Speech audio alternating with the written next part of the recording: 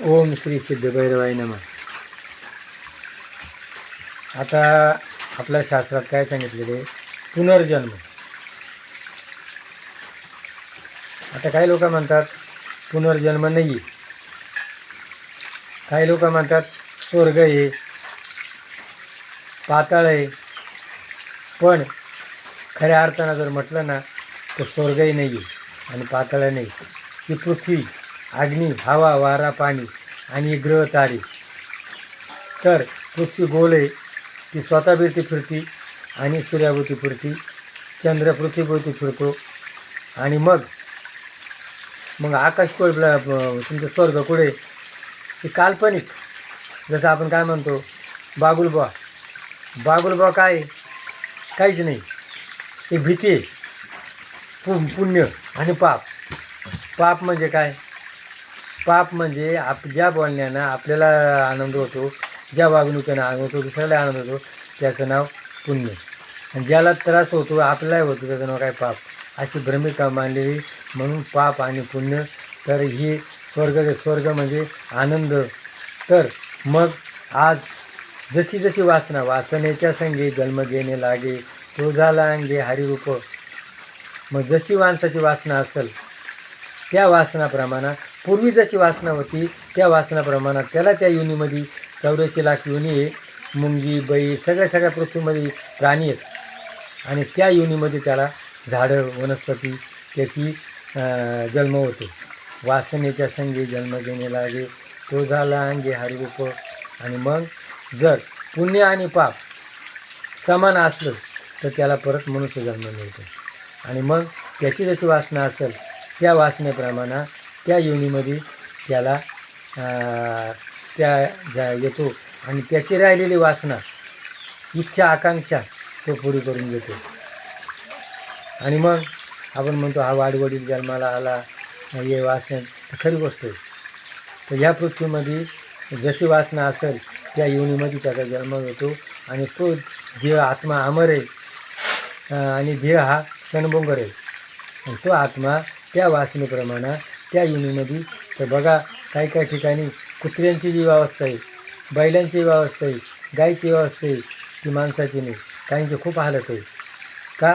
त्यांनी जसं पहिलं कर्म केलेलं आहे त्या कर्माप्रमाणे त्या योनीमध्ये त्याला जन्म येतो. आणि मग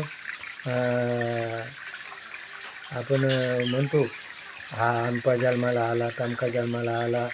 तर म्हणून प्रत्येकाने ठरवा, मनुष्य जीव दुर्लभ आहे. आणि मग वासना मानवी जगा आणि जगू द्या, ही संस्कृती. माझ्यापासून प्राणीमात्राला त्रास होणार नाही, दुसऱ्याला त्रास होणार नाही. चांगलं वागा, चांगलं बोला, चांगलं राहा, चांगलं खा आणि तुम्ही खा आणि दुसऱ्याला द्या. आपण काय करतो, या भारतीय संस्कृतीमध्ये सगळी विकृती झालेली. नुसता पैसा आणि त्या विज्ञान युगाच्या जेवढे साधनं आहे ते साधनाचे उपभोग घेण्याकरता मनुष्याचा वेळ कमी निघून जातो, समजून येत नाही. आणि मग त्या जगामध्ये खाली काहीच राहत नाही, त्याचं काही येणार नाही. म्हणून चांगल्या योनीत जन्म येण्याकरता आता जर आपण चांगलं वागलो तर पुढच्या योनीमध्ये चांगला जन्म येणार आहे. म्हणून पुनर्जन्म आहे. आणि मग आपली वृत्ती बदला आणि मग आपण म्हणजे पुनर्जन्म हा निश्चित आहे. आणि मग आपण काय म्हणतो, योगी असतो, जप तप ध्यान. आणि ते योगीचं जर काही चुकलं, गीतेत पुरावा आहे, योग भ्रष्ट बीज आहे ते. तो योगी श्रीमंताच्या घरात जो जन्माला येतो तो काहीतरी भ्रष्ट झालेला योगी असतो. आणि मग तो योगी श्रीमंत होतो. श्रीमंत होणं चांगलं आहे, पूर्व पुण्याची पुण्य आहे. पहिल्या जन्मात त्यांना काय केलेलं आहे. आणि जो गरीब आहे त्यांना पहिल्या जन्मात पाप केलेले आहे म्हणून तो गरीब असतो. आणि पहिल्या जन्मात कोणी करो तो संपत्तीचा भोग घेतो.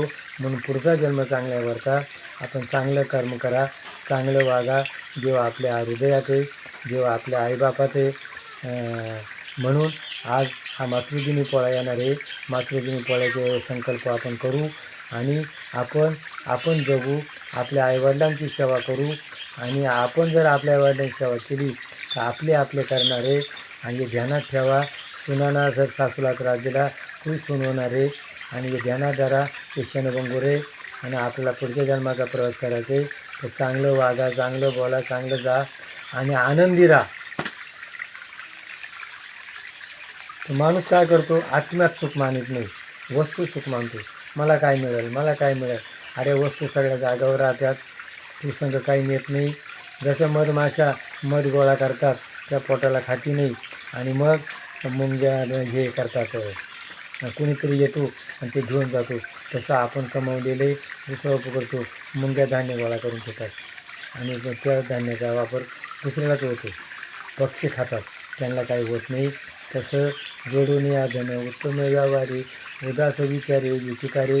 तुकाराम महाराज सांगितले, पैसा कमवा, पण कसा कमवा, चांगल्या मार्गाला कमवा. आज माणूस नुसता पैसा कमवतो, चांगल्या वाटचा विचार करत नाही. चांगलं वागा, चांगलं जागा, फुकाट घेऊ नका आणि फुकाट देऊही नका. फुकाट घेतल्यानंतर माणूस लाचार बनतो. फुकाट घेतल्यानंतर बघा, गीतेत उदाहरण आहे, कर्णाला युद्धात भाग घ्यायचा होता आणि युद्धात भाग घेतल्यानंतर त्याला यांनी सांगितलं, तू कोणाचा मुलगा आहे, कोळ्याचा मुलगा आहे, सारथ्याचा मुलगा आहे. इथं भाग घेण्याकरता त्यावेळेला बी जातीयता होती आणि मग तुझ्याकडं राज्य नाही आहे, तुला युद्धात भाग घेणार नाही. आणि त्यावेळेला कर्णानं बघितलं, हा शूर आहे, वीर आहे, हा आपल्या उपयोगी पडेल. आणि राजा होता दुर्योधन, त्याला 5 गाव जागीरदार केली, 5 गावाचा राजा केलं आणि त्याला हे बनवलं, राजा बनवलं आणि मग त्याने युद्धात भाग घेतला. पण ज्या वेळेला घटोत्कच कर्णाला मारणार, त्यावेळेला दुर्योधनानं सांगितलं, अरे तू घटोत्कच मला मारू राहिला, की तुझ्याकडे शक्ती आहे ना त्याच्यावर. अरे ही शक्ती जी आहे ती कोणा करता येईल, अर्जुना करता येईल. मग आता तू माझं, तुला राजा मी केलं, माझं खाल्लं आणि म्हणून त्याचं फुकट खायला होतं, म्हणून त्याला त्याच्यावर बाण टाकावा लागला आणि शेवटी याचा रस्ता चिखलात गुतला, त्याचा निशस्त्र होता आणि त्याला मारावं लागलं. म्हणून फुकट खाल्यामुळं कर्णाला एवढा वीर असं मारलं. म्हणून आज फुकट कोणाचं घेऊ नका आणि फुकट कोणाला देऊ नका. आज लोक फुकट कसं मिळेल, आज लोक 3000 रुपये मिळतात फुकट, लोक बाया माणसं गर्दी करतात. अरे फुकट बनल्याला माणूस लाचार बनतो आणि तो काम करायची हिंमत राहत नाही. म्हणून फुकट घेणं ही सगळ्यात लाचारी आहे. तर लाचारी पत्करू नका, स्वाभिमानानं जगा, फुकट घेऊही नका आणि फुकट देऊही नका. तो आपल्या पुढच्या जन्मामध्ये ते फेडावं लागेल. म्हणून आज हा पुनर्जन्म आहे हे गीतेत सांगितलेले आहे. योगी जय रघुनाथ महाराज की जय.